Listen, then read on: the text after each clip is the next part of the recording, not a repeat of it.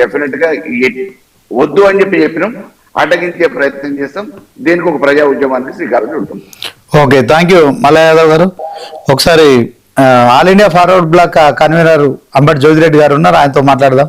జ్యోతిరెడ్డి గారు, good morning అండి. Good morning Srinivas గారు. ఏంటి అసలు ఏంది ఉచిత విద్యుత్ ఏంది? దాంట్లో రైతు డిస్కౌంట్ పేరుతో మోటార్లకు మీటర్లు పెడుతున్నారా? ఇక ఉచితాలు అనేటి రద్దు చేసే ఆలోచనతో తెలంగాణ కాంగ్రెస్ ప్రభుత్వం ఉందా? వాస్తవానికి మరి దేశంలో నెంబర్ 1 గా ప్యాడీ ప్రొక్యూర్మెంట్ చేస్తున్నాము. కొనుగోలు కోసం ఇప్పటికీ మరి గత నెల రోజులుగా కూడా ప్రొక్యూర్మెంట్ చేస్తున్నా కూడా అది తరగని ధాన్యం అయితే తెలంగాణ రైతులు పండించారు. ఇక ఈ తరగని ధాన్యం ఇక మరి ఈ ఉచిత విద్యుత్ కనుక రద్దు చేస్తే కేంద్రం ప్రతిపాదన విషయంలో రాష్ట్ర ప్రభుత్వం కనుక మరొకసారి ఉచిత విద్యుత్ విషయంలో మరి ఆ డిస్కౌంట్ పేరుతో జరుగుతున్న వ్యవహారాన్ని ఎట్లా చూస్తారు, ఏం చెప్తారు? ప్యానెల్లో ఉన్న వారికి, అదేవిధంగా 99 టీవీ ప్రేక్షకులకు అందరికి కూడా నమస్కారం. ఇప్పుడు కాంగ్రెస్ నాయకులు కానీ బీఆర్ఎస్ నాయకులు మల్లన్న గారు కానీ చెప్పినట్టుగా ఏదైతే వాళ్ళ ఒప్పందాలు ఏదైతే ఉన్నదో శివకుమార్ అని చెప్పినట్టు బయట పెట్టాలి. ఎందుకంటే ఈ డిస్కీముల ఏర్పాటు ఏదైతే చేస్తున్నారో అది ప్రజలకు ఎంతవరకు ఉపయోగం, అసలు బీఆర్ఎస్ అప్పుడు కేసీఆర్ గారు ఏం ఒప్పందాలు చేస్తున్నారు, ప్రజలు ఏమైనా మనం ఆలోచించేది ప్రజలు కానీ రైతులు కానీ ఎవరైనా మనకి ఏది ఉచితంగా వస్తుందో ఏది ఫ్రీగా దొబ్బేద్దాం అనే ఆలోచనలోనే ఉంటాం ఎవరైనా కూడా. అందులో రైతులు ఉచిత కరెంట్ వచ్చినందువల్ల ఏదో అయిందనేది కాదు.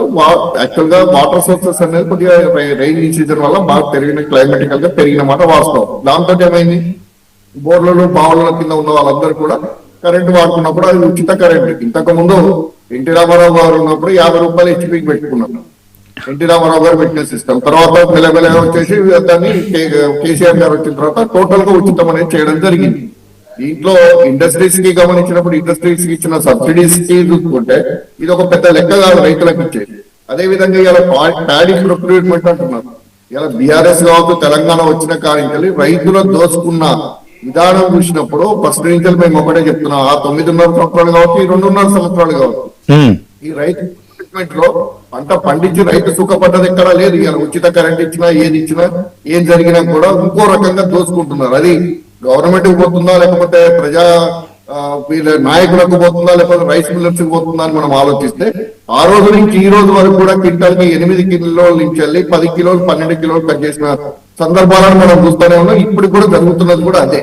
అంతేకాకుండా ఏదైతే పంట బాగా పండించినప్పుడు ఆ పంటని కూడా ప్రభుత్వం అంటే రాష్ట్ర ప్రభుత్వానికి సంబంధం లేకుండా అసలు కేంద్ర ప్రభుత్వం ఫుడ్ కార్పొరేషన్ ఆఫ్ ఇండియా ద్వారా కొనాల్సిన ప్యాడీని ఇలా రాష్ట్ర ప్రభుత్వం ఒక బ్రోకర్ లాగా పనిచేసుకుంటా అంటే 280 రూపాయలు ఏమో రాష్ట్ర ప్రభుత్వానికి వాళ్ళ కింటలకి ఇవ్వడమో లేకపోతే రైస్ కి ఇవ్వడమో జరుగుతుంది. దాన్ని కూడా వీళ్ళు మేమే కొంటున్నామనే ప్రచారం కోసం, రాజకీయ లాభం కోసం రైతులని నెలల తరబడి వర్షాలలో ఎండలలో నిలబెట్టి వాళ్ళని రైతులని 12 కిలోలు 10 కిలోలు దోసుకున్న సందర్భాలు ఈ రోజు కూడా జరుగుతున్నది వాస్తవం. దీంట్లో రైతుకి ఉచిత విద్యుత్ ఇచ్చి ఏదో అంటారు కదా ముందటి నుంచి ఇవ్వడం వెనక నుంచి దోసుకోవడం అనే పరిస్థితి మనం గమనించవచ్చు. ఇలా డిస్కములు పెట్టినా ఏది పెట్టినా కూడా ఇలా కేసీఆర్ గారు ఉన్నప్పుడు వాస్తవంగా కరెంట్ మాత్రం వాస్తవంగా ఇచ్చిన మాట వాస్తవం. అంటే ఎక్కువ శాతం 90% ఎక్కడ కూడా విద్యుత్ పోకపోవడము, మోటార్లకు ఇబ్బంది కలగకపోవడం. కానీ ఇలా కాంగ్రెస్ వచ్చిన తర్వాత మెయింటెనెన్స్ ప్రాబ్లం కావచ్చు, ఏదైనా కావచ్చు, కరెంట్ అనేది మాత్రం కటింగ్ జరుగుతున్నది 100% చెప్పవచ్చు. దాంతో ఏం డౌట్ లేదు.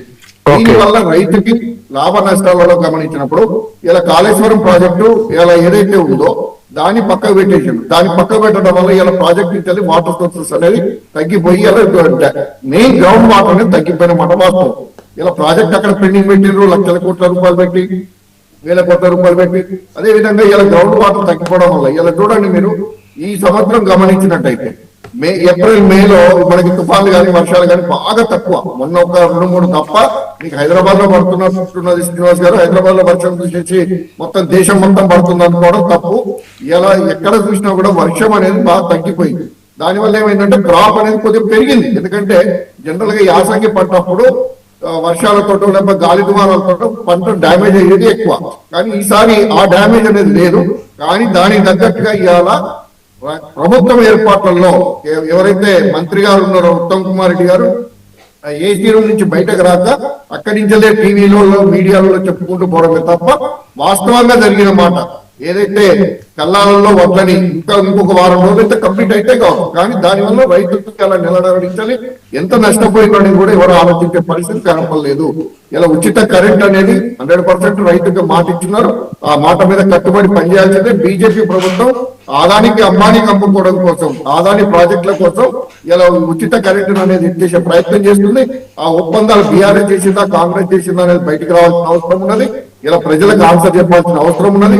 ఇలా కొత్త డిస్కీమ్ పెడతారా ఇంకోటి పెడతారా, కానీ రైతులకి కావాల్సిన నాణ్యమైన విద్యుత్, మోటార్లు కాలిపోకుండా నాణ్యంగా విద్యుత్ ఇచ్చే ప్రయత్నం చేయాలి తప్ప ప్రభుత్వం ఎక్కడ కూడా మళ్ళీ దాన్ని మోసం చేసే ప్రయత్నం చేయదు. వాస్తవాలు ఏదైతే ఉందో ముఖ్యమంత్రి గారు బయటకు వచ్చి చెప్పాలి.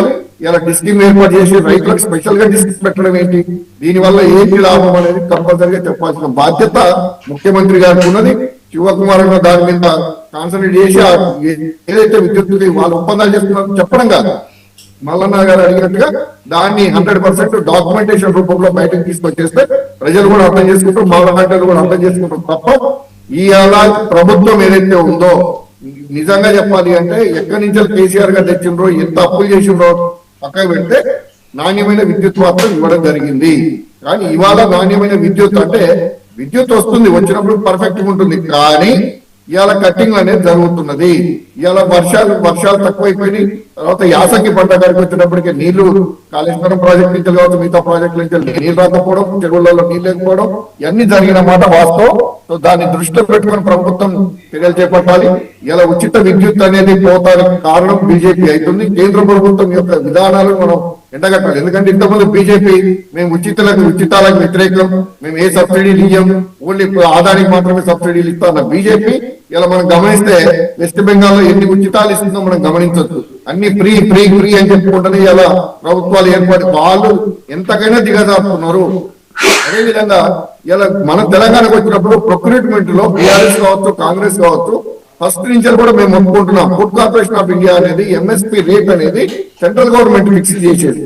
దాన్ని వదులుకొని మనం ఎందుకు మీదేసుకోవాలి? ఇవాళ తెలంగాణలో కాంగ్రెస్ ప్రభుత్వం ఉన్నది, బీఆర్ఎస్ ప్రభుత్వం ఉన్నదే ఉద్దేశంతో ఎప్పుడు కూడా వాళ్ళు ఎత్తుకోవాల్సిన రైస్, మనం ఏదైతే ప్యాడీ పర్చేజ్ చేసిన తర్వాత రైస్ రూపంలో కేంద్ర ప్రభుత్వానికి సప్లై చేయాలో ఆ కేంద్రానికి సప్లై చేసినప్పుడు వాళ్ళ గోడౌన్లలో తరలించకపోయేసరికి రైస్ మిల్లులలో పేరుకుపోయినాయి రైసు. దాని వల్ల రైస్ మిల్లులు నష్టపోయి ఇవాళ వాళ్ళు ఎత్తుకొని ఎక్కడ పెట్టుకోవాలి అనే సమస్య కూడా ముఖ్యమైంది. ఇలా ఎంత పండించడం అనేది కాదు, రైతుకి ఎంత లాభం వచ్చింది దాని వల్ల అనేది మెయిన్ చూసుకోవాల్సిన అవసరం ఉన్నది. పంట పంట పంట అని చెప్తున్నారు తప్ప రైతుకి ఎంత మిగిలింది, దానికి కావాల్సిన వనరులు సమకూర్చినమా లేదా అనేది ఎక్కడ కూడా చెప్పలేని పరిస్థితుల్లో ఇవాళ బీఆర్ఎస్ కావచ్చు, కాంగ్రెస్ కావచ్చు ఉన్నది. ఈ ఉచిత విద్యుత్ ఏదైతే ఉందో ముఖ్యమంత్రి బయటకు వచ్చేసి జరుగుతున్నది ఏంటి, దీంట్లో బీజేపీ పాత్ర ఏంటి, రాష్ట్ర ప్రభుత్వం బీజేపీకి తల ఒక్కబోతుందా, వీళ్ళ స్వార్థ రాజకీయాల కోసం ఒక్కబోతుందా అని చెప్పి తెలియాల్సిన బాధ్యత శివకుమార్ అన్న గారికి, అదేవిధంగా ముఖ్యమంత్రి గారికి ఉందని చెప్పి తెలియదు. ఓకే, థ్యాంక్ యూ జ్యోతిరెడ్డి గారు. డాక్టర్ జయరాం గారు, చెప్పండి. రైతుల కోసం ఉచితాలు రద్దు చేయాలన్న ఆలోచనతోని కాంగ్రెస్ బీజేపీ కొత్త డిస్కంపేర్లతోని ఇటు ప్రజలకు ఇస్తుంది, అదే క్రమంలో వ్యవసాయానికి ఇస్తున్న ఉచిత విద్యుత్కు మంగళం పాడబోతున్నారు అనేది బీఆర్ఎస్ టీఆర్ఎస్ అదేవిధంగా మరి